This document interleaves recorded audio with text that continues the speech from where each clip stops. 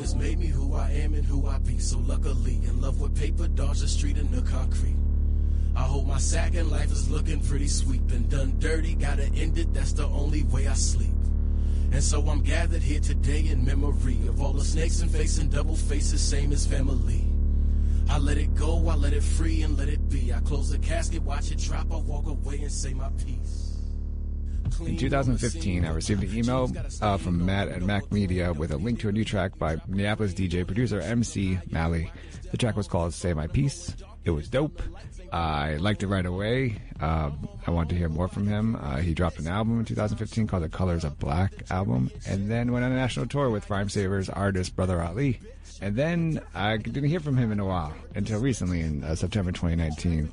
Matt also sent a link to a new track by MaLLY, and I am super excited that he's still doing music, and now I get to talk to him on the library with Tim Einenkel. Thank you so much for being here. Nah, man, appreciate you having me. Appreciate the intro, or, you introducing me as properly as you did. So yeah, it's good to be on the show and chop it up, for a little bit. So I appreciate it. That's good. Thank you. So I definitely want to talk about the new album, The Journey to a Smile. But this would be a question I would ask you in 2015, so I have to ask you now. But what originally attracted you to rap music and hip hop culture? Kind of what did you want to get from it? And then what did you want to contribute to it? Yeah, I think, the thing that really, brought me into music goes all the way back to, like, childhood and, being, 3-4 years old. I mean, seeing some of my, like, idols at the time, growing up as a child from, Michael Jackson to Stevie Wonder and, those are kind of like the starters as far as like the music in general across the board. But then as far as like as I got older, being like 8, 9, 10 years old, just really seeing artists like Crisscross when I was even really young as a kid, and just kind of having somebody like to mimic or that you thought was cool. They also had good music, and they were speaking to you and your experience about being young and being a kid and just having fun and dressing cool and kind of imitating those people and believing in, like, what it is that they did. And then as I got older, a lot of the other artists that I listened to, like Bone Thugs and Harmony, Do or Die, Twista, and then some down south artists like 8-Ball and MJG, GK, Kingpin, Skinny Pimp, just a Rapping Forte, like just a bunch of different types of music, because my family's from the South originally. So the Midwestern and Southern style of music was like the two biggest types of artists, and then West Coast artists like Pac came into the fold really early on at a younger age. And then the East Coast really caught my interest when I started getting into writing. And the thing that really like drove me to like really enjoy hip hop music or just be a part of rap culture in general was just the way it was presented. Like, guys, just the way they presented themselves seemed as if like, oh, they were really cool. Just all of it. And then just the things that they were saying, it just seemed like they knew who they were, what they wanted to be, what their image was. And they were presenting something that was 100% authentic in themselves.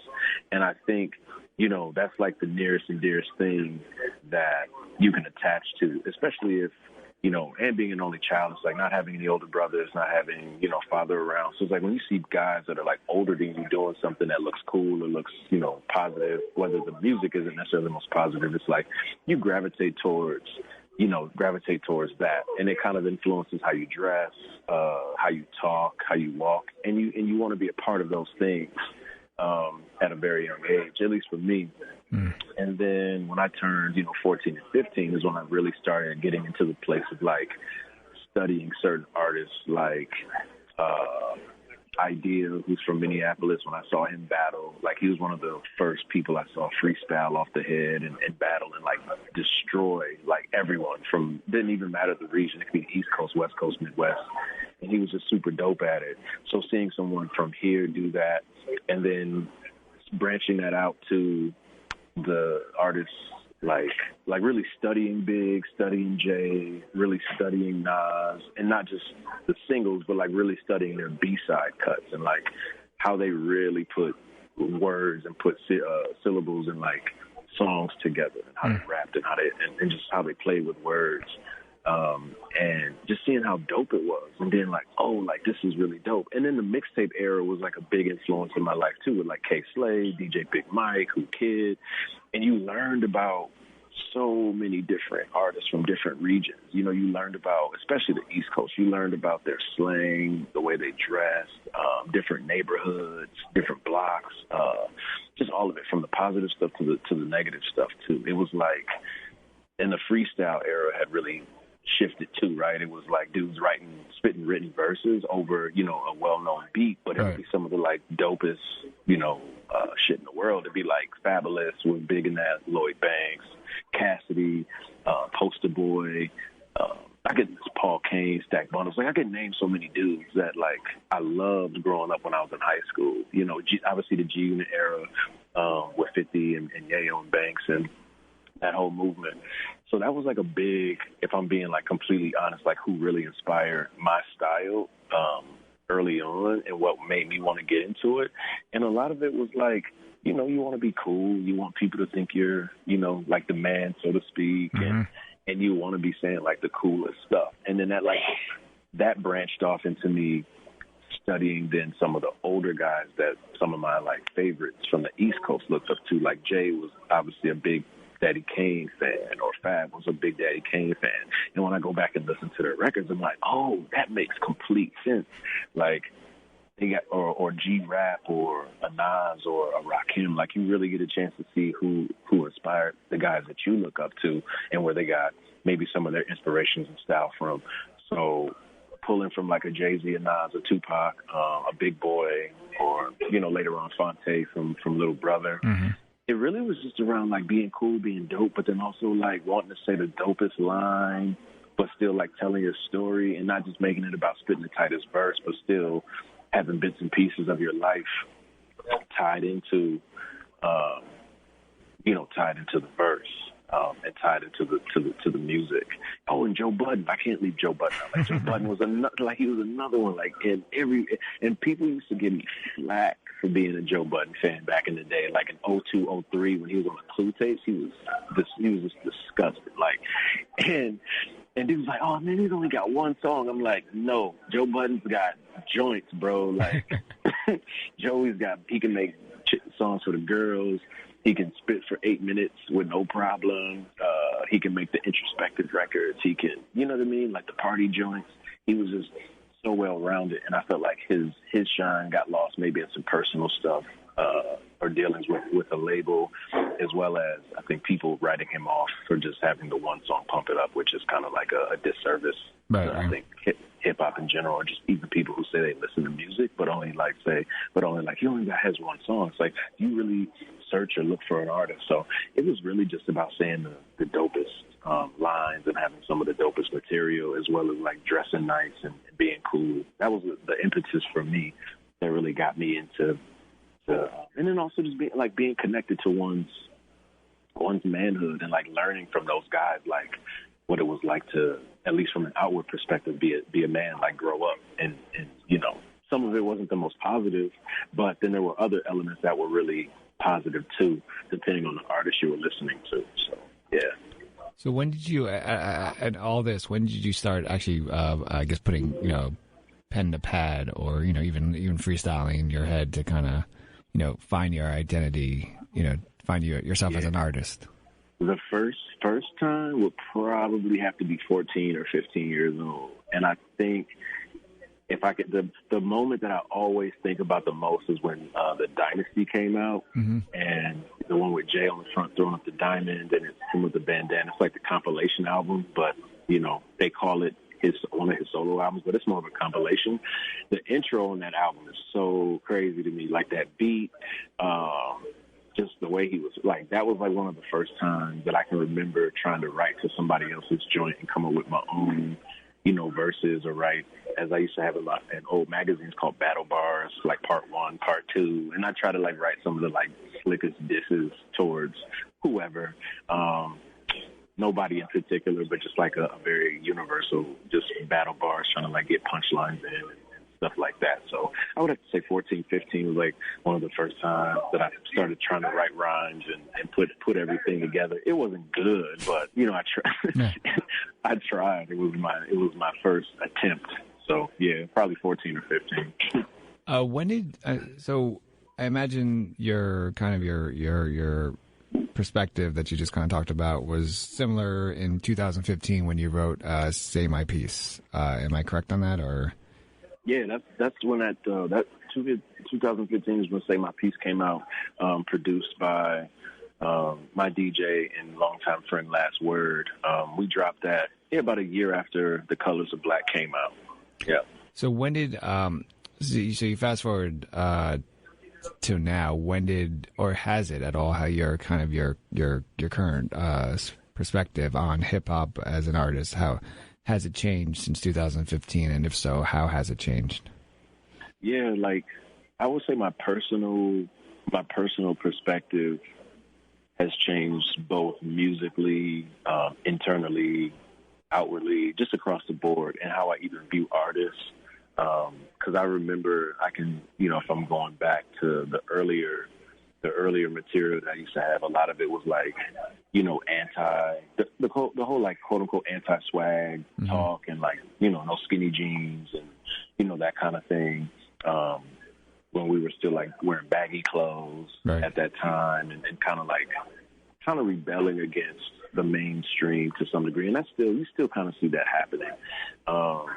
But for me, it was more so like, I'm more like anti-false. Like for me, I'm fine with whoever wants to say what they want to say and how they do it.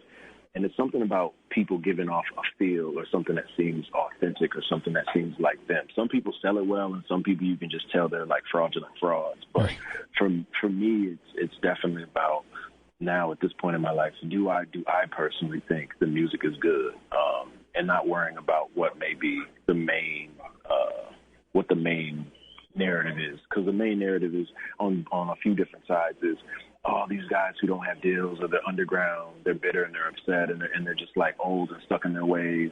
But then you got the other flip where it's like all these dudes are just like not talking about anything and just money, cars, clothes, and women. And there's like this weird like generational thing happening, but then even across the board, like there's people from multiple generations, no matter the age or look or demographic, that share some of those same perspectives or opinions on music across the board.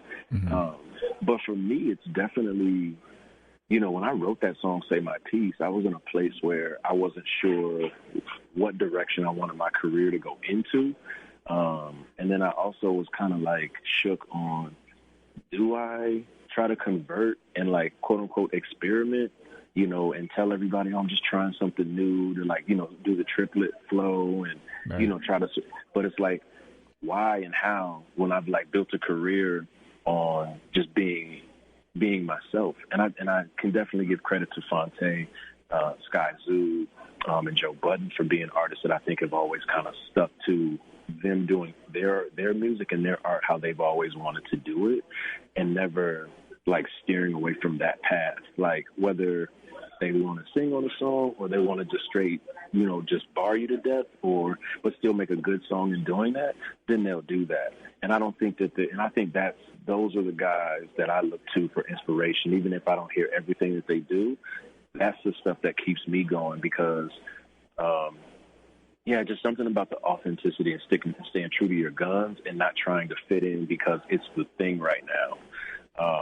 Whether that is being a more lyrical artist or even being an artist that isn't lyrical and you're more melodic, I think for me it's just more so trying to accept, everyone as they come. And then once I hear what I hear, then it's up to me to decide, do I like it? Because I like all types of music. I think over the years, my palette has really expanded.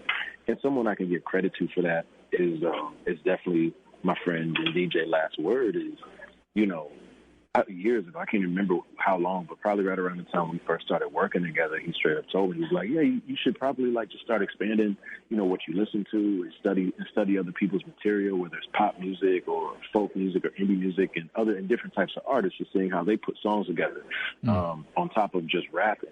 So a lot of and I'm such a sponge at this point because I want my music to continue to grow and to expand and my palette as far as sound is concerned.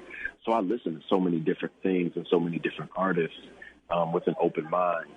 And I think that's probably been my biggest push is like, how can I expand my taste without just listening to stuff, trying to like figure out what's the next quote unquote wave and just copy. I've never really been into that. And I say the same, whether it's an artist that's more lyrical, an artist that finds themselves being less lyrical. I'm like, just do you. Like, whatever you feel the most comfortable and the most truthful with, just do it then. Versus thinking about, oh, people aren't going to like it because I got a real, quote unquote, real message, or oh man, they might not like it because, you know, I'm being a little bit more, you know, shallow. But if you really think about it, man, like so many different artists toe that line so well. I think an artist like Boss, like I really love Boss's music. He signed to Dreamville. Like anybody would tell you, he's like one of my favorites right now. Him, Fonte. Like I love people who can toe the line of like still like being lyrical and having meaning, but still like making a fun record or a record that like can do so many different things. And I like hearing people do that, and it sounds official and it sounds real. It doesn't sound, you know, forced or, you know, contrived, so to speak. Right. And that's like something. The big thing about Chris Rivers is his new album, GITU. A lot of it, what he says is that he's finally making music he wants to make versus the music he's expected to make. And being that, you know, because he has this like huge legacy to follow, you know, Big Pun. Everyone wanted him to be Big Pun, but he was like realizing that he wasn't supposed to be. He has to be himself, you know. Word. No, that makes sense. That makes plenty of sense. So the Journey to a Smile is going to be your new album. It's kind of the first thing, you know. For me, I've heard from you in 4 years, right? Why the break? And did you stop writing, or were you still writing? What happened? Yeah, for me, it was definitely around the lines of I was still writing. So the break really for the album wasn't.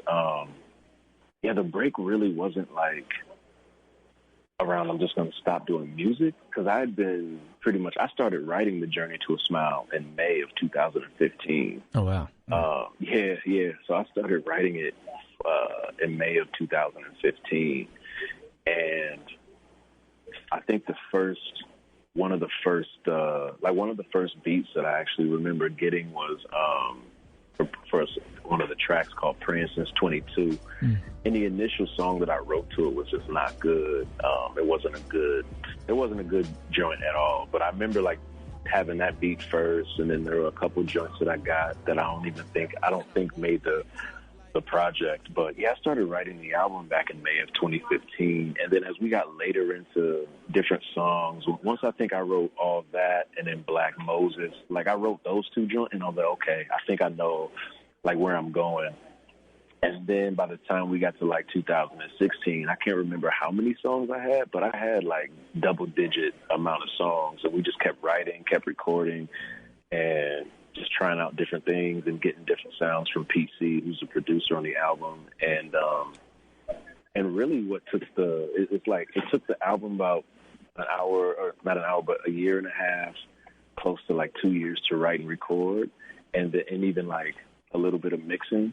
But it really was like the mixing process and the mastering process and artwork and getting all of that stuff tightened up that is really what took the longest to put together and get finalized and finished, if I'm being all the way honest with you. So, but I also wanted to make sure that I wasn't just like posting and sharing the same old stuff and wasn't doing a bunch of shows with material that was really old and just in order to like make a few $100s just for the sake of doing it.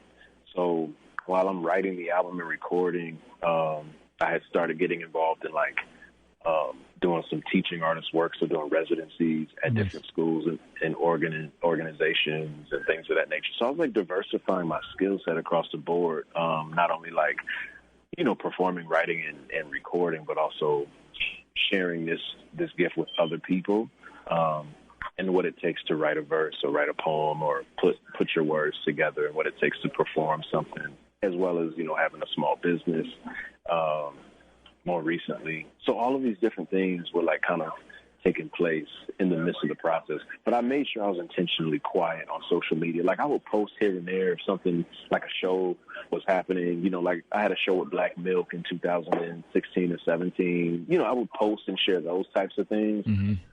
But I didn't want to like just overshare information just for the sake of staying in people's faces.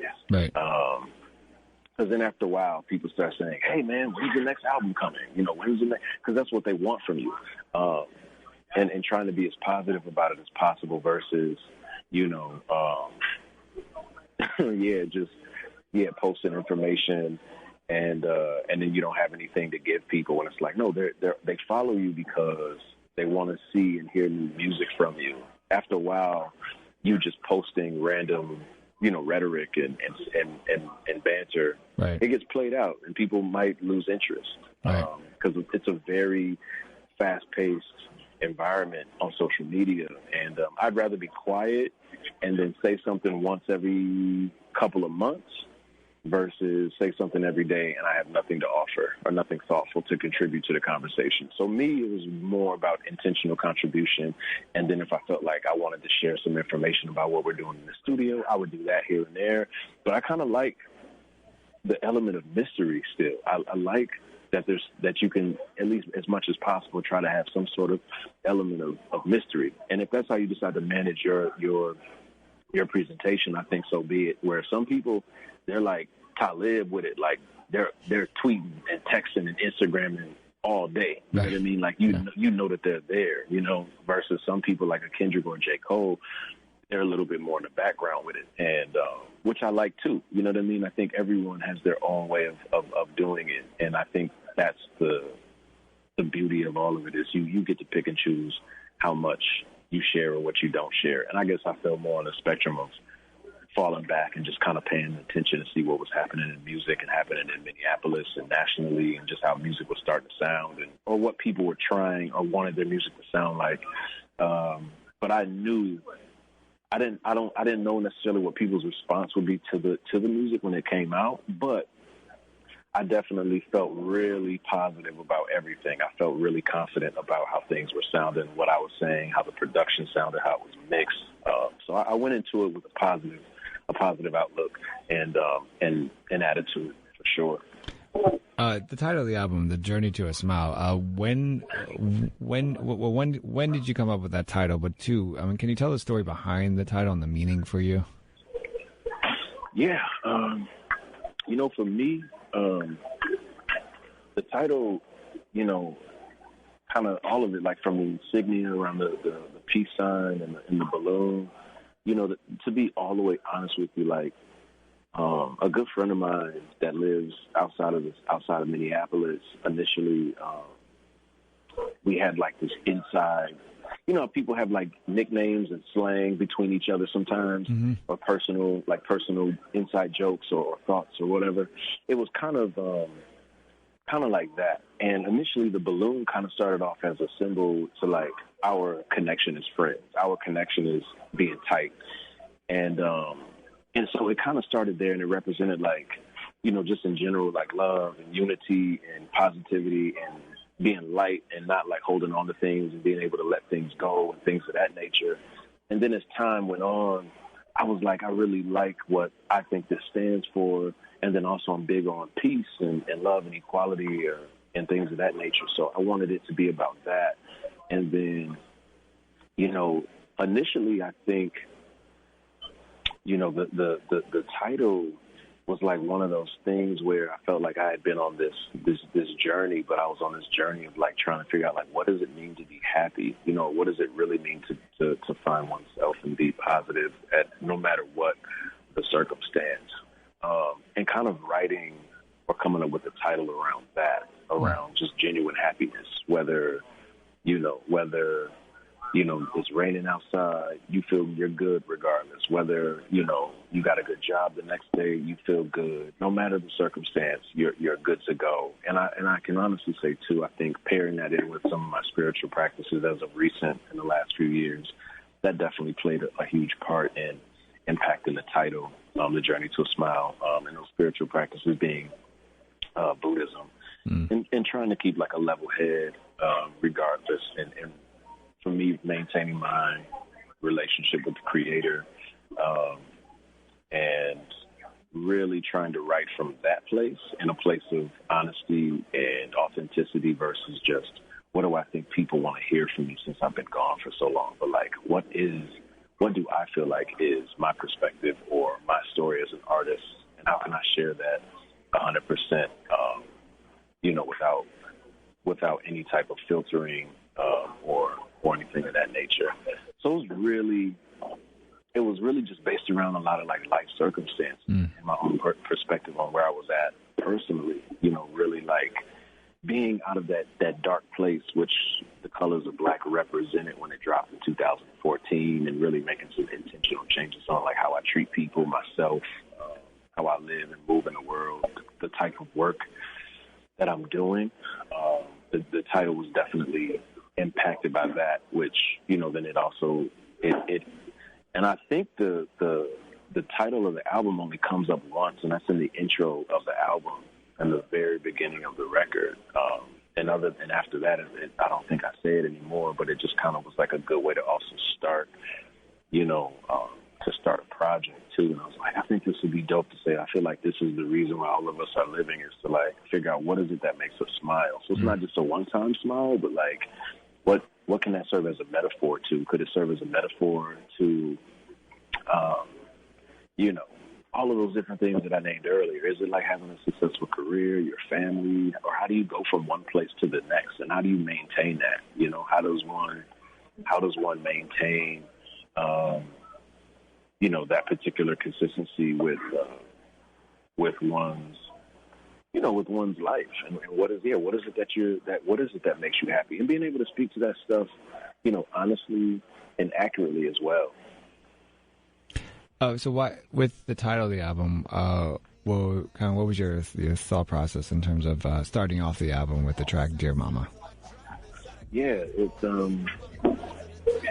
for me, deeper than what other people might think. For me, it was definitely just a way of saying, like, I really do hope that when you hear this, or that when other people hear this, it's like an ode to, like, not only just like my mom and grandma, but like just an ode to almost everyone, to like see where I was and where I'm at now, and a lot of the different bars or lyrics that I drop in that particular track, but really around like change, living, really just embracing the situation as it is, and just change and impermanence in a lot of ways, and positivity, and not doing it in a way that's corny, in like a Joel Osteen, type of way, which, I've rocked with him in the past because I like some of the messages he has to share, but like doing it in a way that's not cheesy, but like doing it in a way that like it really comes from the heart. It comes from a genuine place. And I really just wanted that track to serve as, I've gone from one place to another. Like I'm on a different mindset, a different path, going from this like not so great place to really figuring out and feeling as if I know exactly now. It all clicks. It all makes sense. Like I know what I'm doing. I feel like I know what I'm doing. Even when I don't know what I'm doing, it just feels it feels authentic. It feels real. It feels as if, and I wanted every line to count too. Like I wanted every single line to count, not only just on the intro track, but on every single song that we wrote for the project that didn't even make the album. I wanted everything to be as intentional and count. Like every bar, like I feel like there's no fat lyrically on the album. Production-wise, I feel like there's no fat on the album. It's all just stuff that was necessary. The track Prank Since 22. Mad as like we had enough, then we stacking up to buy a Yeezy shirt that probably looks stabbed up. And the funny boots, are we humming truth? I woke up like this, that's another you. I've been praying since 22, and that's all. Every desire that I'm holding got my hands hard. Treat you like a Santa Claus. Drop my spirit like $1 in a well. Salvation half off like a product on a shelf. If I'm idolized, greatest son. You mentioned it earlier. I think it's a really incredible track. You know, you're lyrically amazing, and the beat is also equally incredible, right? Can you tell me about the creation of this track, but also there's this decision you make at the end where you kind of, like the last minute or plus, that you let the track breathe, you decide no lyrics at all. What was the process behind that decision? Yeah, you know, it kind of goes into the idea of less is more. Mm-hmm. And instead of trying to overload it with more rhymes or more talking, I didn't want it to take away from what was just said previously in the verse, because the verse is like, it starts off with drums and, you know, keys and everything, and then once it gets into the verse, like everything strips down. You go straight into a synth and I think a bass line.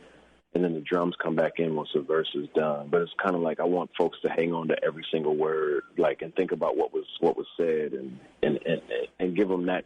And basically, the only thing that we sprinkle in the track is an intermittent amen and a pitch down, high pitched voice, and it kind of comes in and out.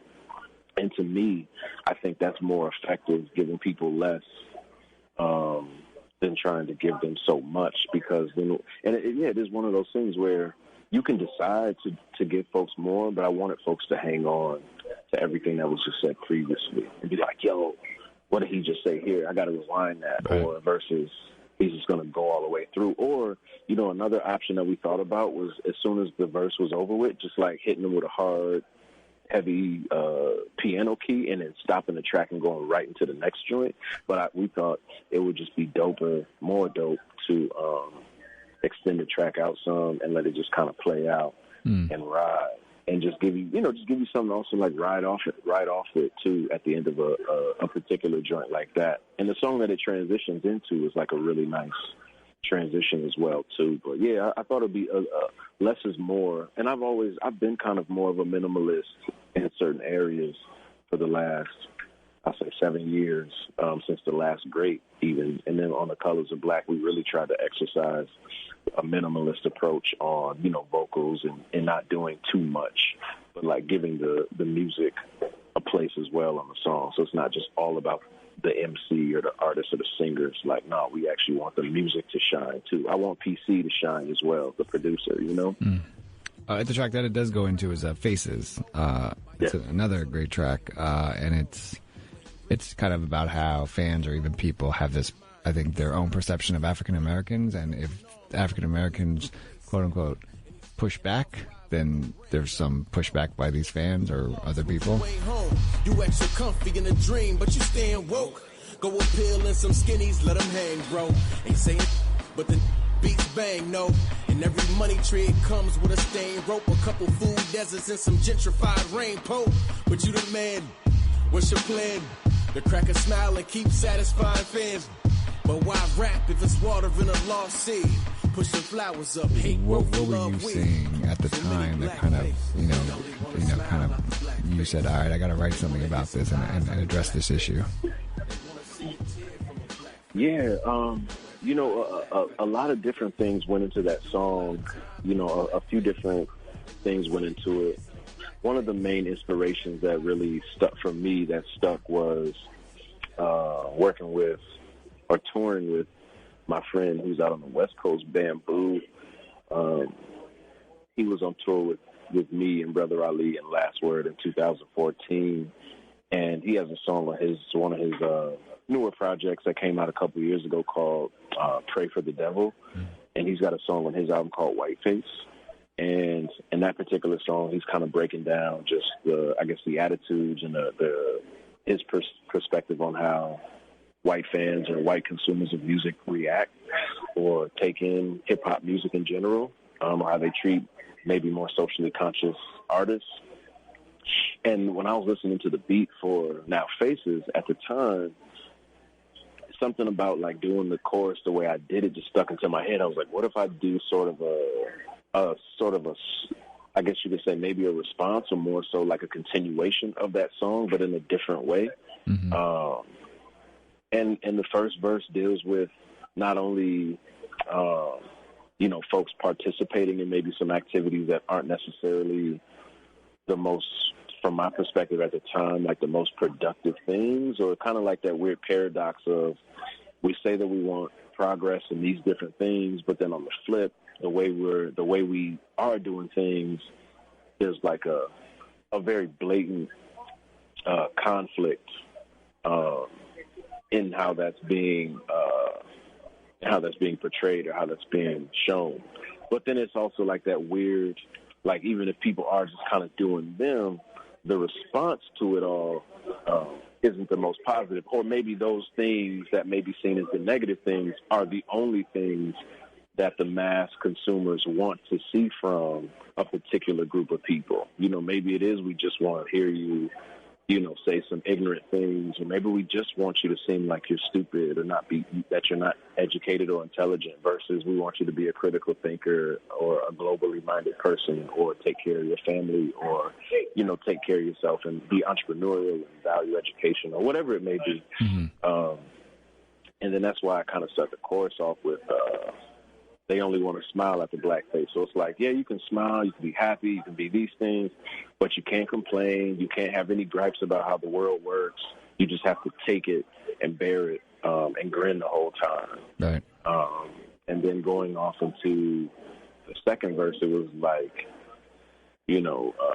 like the line, for 30 years they could never say my name right. It's like a direct experience that I've had and still sometimes have. My government name is Malik, and people, primarily white people, like butcher the name sometimes still, and that's been happening since I was a kid, But then on that flip, I say they can never say my name right. Well, whatever, just as long as it's in plain sight. So it's like, okay, it's cool. You can butcher it all you want to, but as long as somebody knows who I am, or if they like big me up, I'm fine with it. It's like, I guess I'll take the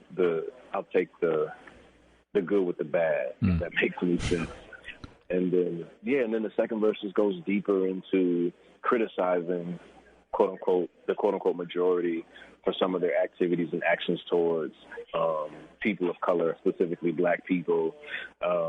And from my perspective too, I didn't want to make a song that was, ripping off of what somebody else did, or trying to sound extra educated or deep on the topic. I wanted to keep it as simple and as forward as possible. And there's obviously some poetic devices in there, some lyricism and some wordplay and things of that nature.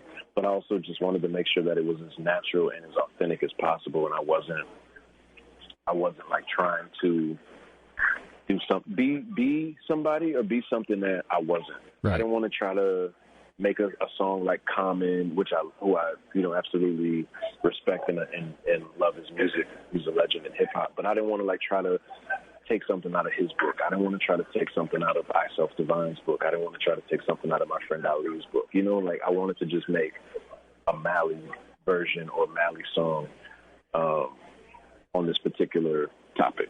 Right, and imagine, you obviously, you probably know this more than anything, but like fans hear that, right? Like fans will hear if something's forced, and they will unfortunately harp on the I don't know if forcedness is the right word here, forcedness of the track versus the actual message in the track. Right, they definitely will, and I think that takes a little bit of, one thing I've learned is self-awareness.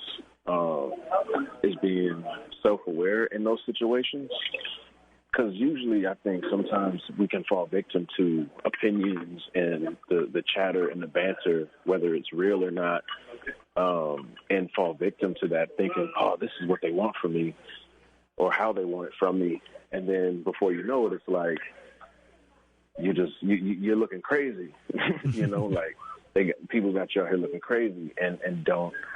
And won't necessarily be there to ride or fall on that sword with you when it's time to, unfortunately.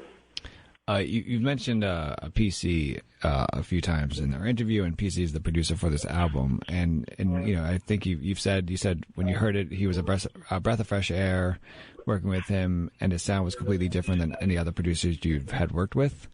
what was that first beat that he kind of played for you for the album that kind of blew you away? And then was there a beat that wasn't a MaLLY beat, so to say, and you knew it was going to be challenging, but you wanted and you were ready to accept that challenge?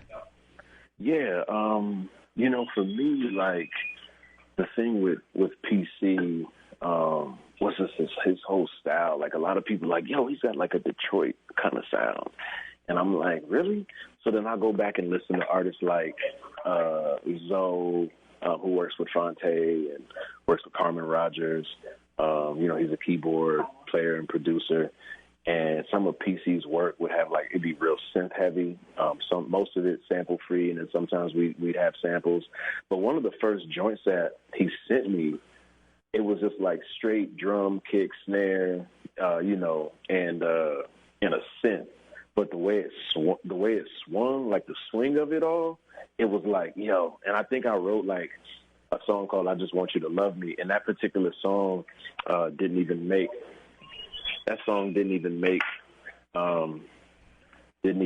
the record. But I was like, yo, I gotta work with this cat some more, because he's just got a sound that's super, super organic, and I think that is totally different from everything that I've ever done in the past. And I thought it was just a necessary thing. And when we did that particular song, I was like, yo, you got more? So then he sent me 2 more, and I think everything that he sent me, even the stuff that isn't quote unquote like his greatest, is still dope.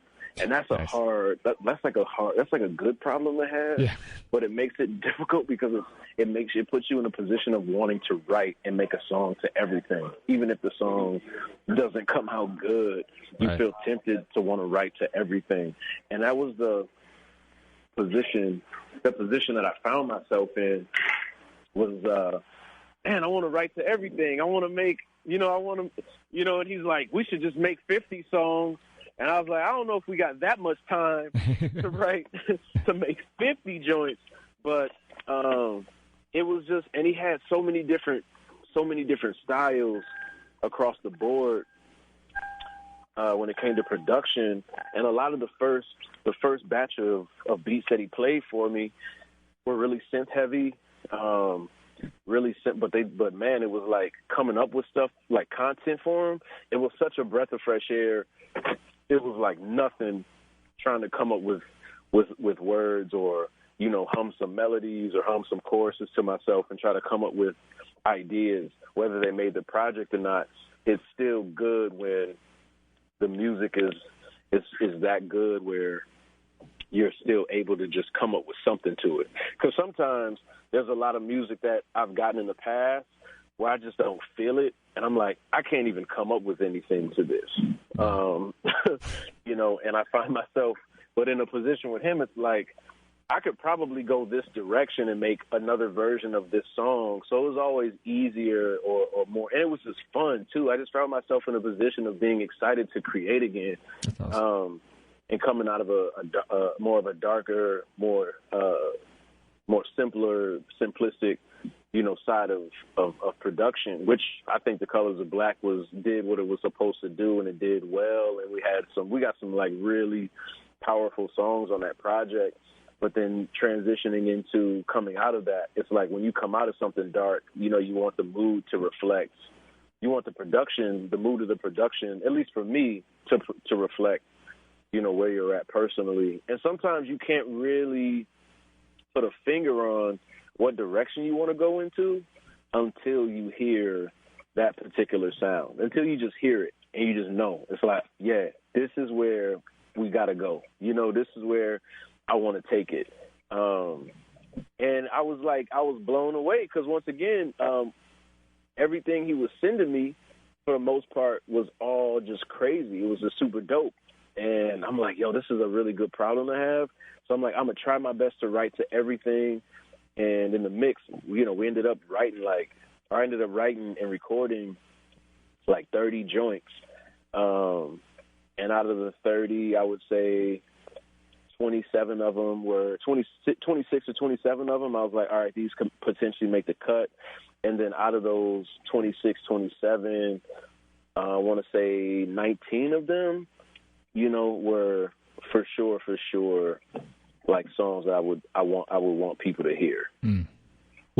So what happens to the tracks that don't make the cut for you? I mean, are they just gone and forgotten, or are they going to be on a, you know, would you rewrite them for a different project, or would you keep them as is? You know, the ones that for sure, like I've got a handful that didn't make the album, and you know, I do have some plans for those down the line, but not completely sure. But I'm just glad that there's still, you know, some juice still left in the tank, so to speak. And then the ones that didn't make it completely, you know, I don't know if I'll go back and write to them. I might, but I might be stuck in the mode of, you know, I only see this particular song for this reason or for this topic. So I don't know if I'd be able to rewrite my way out of that thought process on that particular song. I mean, but God willing that if I were to, then I'd have a whole lot more. Or I might go back and listen to something and be like, oh, actually, this song isn't, you know, actually it's still, I could potentially throw it into the fold. That could very well happen too. But yeah, we definitely have some that are still in the tuck that we plan on doing some stuff with. But you know, PC's been sending me a bunch of, and he's based out of Minneapolis as well too. So it's easy to, you know, at least connect when we need to in person and things of that nature. But he's been sending me, you know, more new material to listen to. So we're definitely trying to find a way to stay creative. Maybe not necessarily just blow out another full album, so to speak, but at least keep the creative conversation going. Nice. So I think that's still going to be, you know, a thing for sure, which I'm thankful for that we found a groove, and after putting out the Journey to a Smile. So I think we want to continue on and just keep it going and use this as a springboard into the next wave, as they call it. So yeah. Here's my last question. The Journey to a Smile is out. Is there a kind of a maybe a lyric or, you know, a line that you wrote that kind of represents to you the purpose of this album? The purpose of the album. Yeah, I would have to say. I wish I could say all of them, right? But that wouldn't answer the question. For me, I would definitely have to say, I guess I'll say two and kind of break the rules. One of them would have to be the chorus on Blessed, and it would be blessed and highly favored, far from perfect. But when I arrive, I'm going to say what up. And what I meant by that is like, I'm in a good position right now. I'm not perfect, but when I get to the place that I want to be at, like, I'm going to just wave. Like, I'm going to just say what's good, like, say what's up, like everything is all good. And then I would also have to say, on All That, the chorus on All That would have to be take it slow, life is free, take it slow, you got a right to breathe, and our lives can be all that. It's just this idea of like slowing down and breathing and being able to like take in the scenery of what's going on in front of, being able to just take in and enjoy what's happening in front of you, and just making sense of it all, and not overthinking it, but just accepting life as it is, and really enjoying yourself and enjoying those around you, and whether we have more than one of these lives to live after this particular form, I don't necessarily know, but if this is the one life that we do have that we know of indefinitely, it's like, yeah, if you're going to do that, take your time, you know, breathe, smile, enjoy, like have a good time, you know, really have a good time with life in general. And yeah, just enjoy yourself on the way, not handling your responsibilities, but like not taking it so far out of context and taking it too seriously. You know, I think sometimes I laugh at a lot of stuff. Like, I laugh a lot, and I think sometimes that can make people uncomfortable if they're talking about something serious. But sometimes I'm in a mode where it's like, sometimes you have to laugh. You just have to. Like, you have to smile along the way, because sometimes certain things just aren't that deep. And I think we're in a time where it's either like people are just indifferent and don't care, or they're in a place where they care like way too much sometimes, or everything is like taken out of context in the name of like hypersensitivity. Everyone is just on guard and walking on eggshells. You know, you can't really like say how you feel about things, or you can't have certain conversations because everyone's not ready to have certain conversations. You know, and I think that takes a certain amount of like honesty and looking in the mirror to be able to do that. So I feel like I answered your question, but I also just kept going. So I tend to do that. That's perfect. New album, The Journey to a Smile. Finally got to speak to you, which is great. MaLLY, thank you so much for being on the library with Tim Einenkel. The new album is great, so I definitely am happy that you created it. Yeah, man, I'm glad that it's out. You know, people are really rocking with it, you know, and really, you know, enjoying the record, sharing it with people. You know, we dropped the video for the song Anymore about a week ago or so, or a little bit ago, not too long ago, and people are really messing with the visuals, and I definitely got more visuals on the way and things of that nature. So I guess, you know, if I could ask a question, you know, what for you have you really enjoyed about the project, or what, you know, was like, yo, I'm really looking forward to this, or what stood out to you, whether it's concepts or lyrics or whatever, like what's really stood out to you for the project, if you don't mind me asking? No, I really like the twofold. I mean, I definitely the music choices I thought were perfectly fitting to your voice. Mm-hmm. There was nothing that you didn't overshadow the music, and the music didn't overshadow you. And there were those moments where I feel like you did it on Praying Since 22 and probably Faces, where your voice was really part of the instrumental, if that makes sense. Nice. Yeah, that makes plenty of sense. Which is what I like, you know, something about, you know, I like when producers are, and artists as well, are conscious of the power of their artist's voice, or their own voice. Gotcha. And they try not to overpower, you know, so that worked. And I think every song, you know, there was every song played into each other, and you felt weird skipping, if you know, like that's what's up. Like, so like even though Anymore was like the single that Matt sent, and it's, I don't know, song number, it's down like number 10 or 12 on the album. Yeah. I was like, well, am I supposed to play that? Like, I was like, I don't. So, and I think I did. I tried to play it first, and I was like, this is not. I shouldn't be doing this. Hold on. And when I played, you know, Dear Mama, I went through all the tracks. Like, yeah, it makes sense not to. You don't go to track 12 first. Go to 1 and then go through and made perfect sense. So that's what, you know, I like, you know, albums that are wholes, right? Like, you know, you get some albums out there that the first 3 songs you understand what the concept is, and you're like, all right, I don't have to hear anymore, right? I know what they're doing.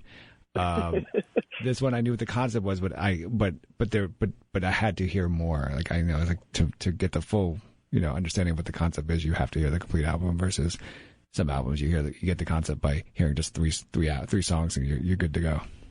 That's dope, man. I appreciate that. I really appreciate that. That's good to know. That's really good to know. And you know, man, it's like, this is something that Last Word and I pride ourselves on is being able to try to put together at least well-sequenced albums, you know, from start to finish.